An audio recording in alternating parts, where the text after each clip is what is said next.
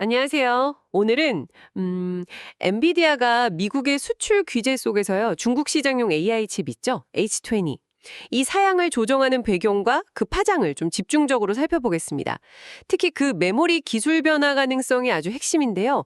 이게 여러분께 그리고 또 시장엔 어떤 의미를 던지는지 한번 파헤쳐 보죠.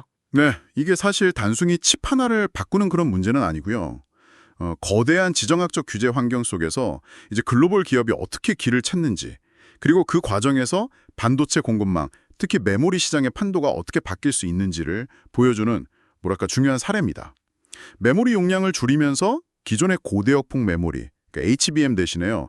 그래픽 D램, GDDR을 탑재할 수 있다. 이 점이 아주 흥미로운 지점이죠. HBM이 그 AI 연산 속도 높이는데 필수적인 초고속 메모리잖아요. 네, 맞습니다. 굉장히 중요한 부품이죠. 근데 엔비디아가 이르면 7월에 사양을 낮춘 H20 칩을 내놓을 거란 소식이 있던데요. 구체적으로 어떤 부분이 달라지는 건가요? 가장 큰 변화는요. 역시 메모리 용량입니다.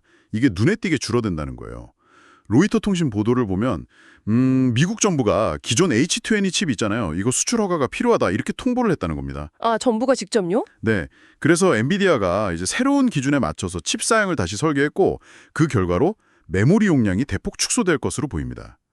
바로 이 지점에서 이제 HBM 대신 GDDR 탑재 가능성이 고개를 드는 거죠. HBM 대신 GDDR이라.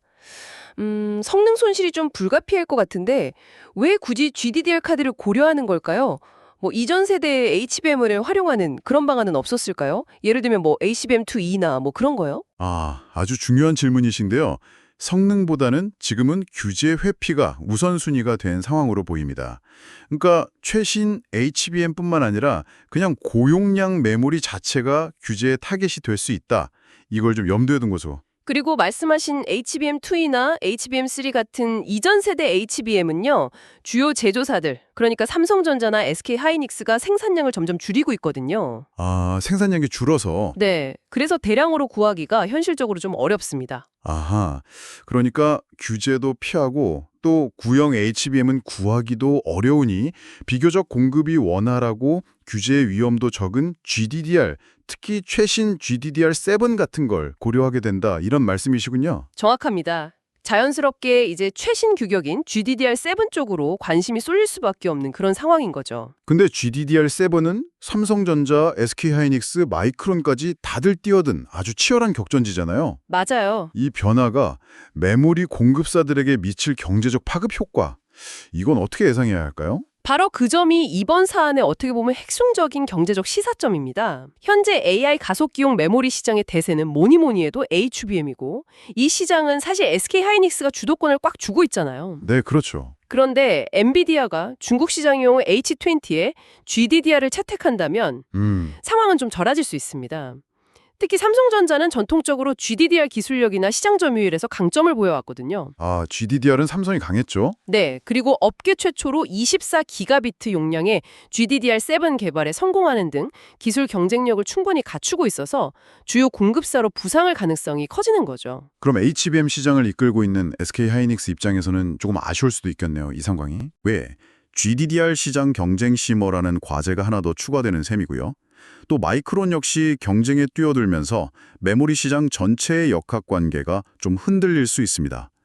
중국 시장이 엔비디아 전체 매출의 한 13% 정도, 그러니까 금액으로 따지면 약 170억 달러에 달하는 엄청 큰 시장이거든요. 170억 달러요? 와, 크네요. 네, 그러니까 이 시장을 놓칠 수 없는 엔비디아의 이런 전력적 선택이 메모리 기업들에게는 정말 큰 기회이자 동시에 위협 요인이 되는 겁니다. 그러니까 핵심은 이거죠. 규제 때문에 엔비디아가 어쩔 수 없이 HBM 대신 GDDR7을 선택하게 되면 HBM 강자인 SK하이닉스보다는 GDDR에 강한 삼성전자에게 예상치 못한 큰 기회가 열릴 수도 있다 이겁니다. 결국 미국의 규제라는 이 거대한 파도 속에서 엔비디아가 생존하기 위해 칩 사양은 물론이고 핵심 부품까지 바꾸는 어떻게 보면 굉장히 과감한 선택을 하는 거군요.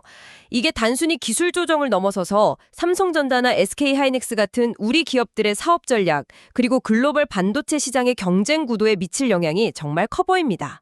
맞습니다.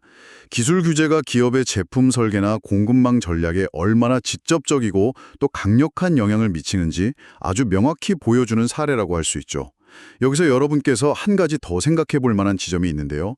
이렇게 사양이 조정된 칩을 쓰는 중국 기업들이 과연 자체적인 소프트웨어 최적화라던가 아니면 시스템 설계를 통해서 어느 정도까지 성능 격차를 극복할 수 있을까? 그리고 이러한 규제 회피와 또 적응 노력이 장기적으로 봤을 때 글로벌 AI 기술 경쟁 구도에 어떤 예상치 못한 변수로 작용할지 이런 걸 지켜보는 것도 앞으로 아주 흥미로운 관전 포인트가 될 것 같습니다.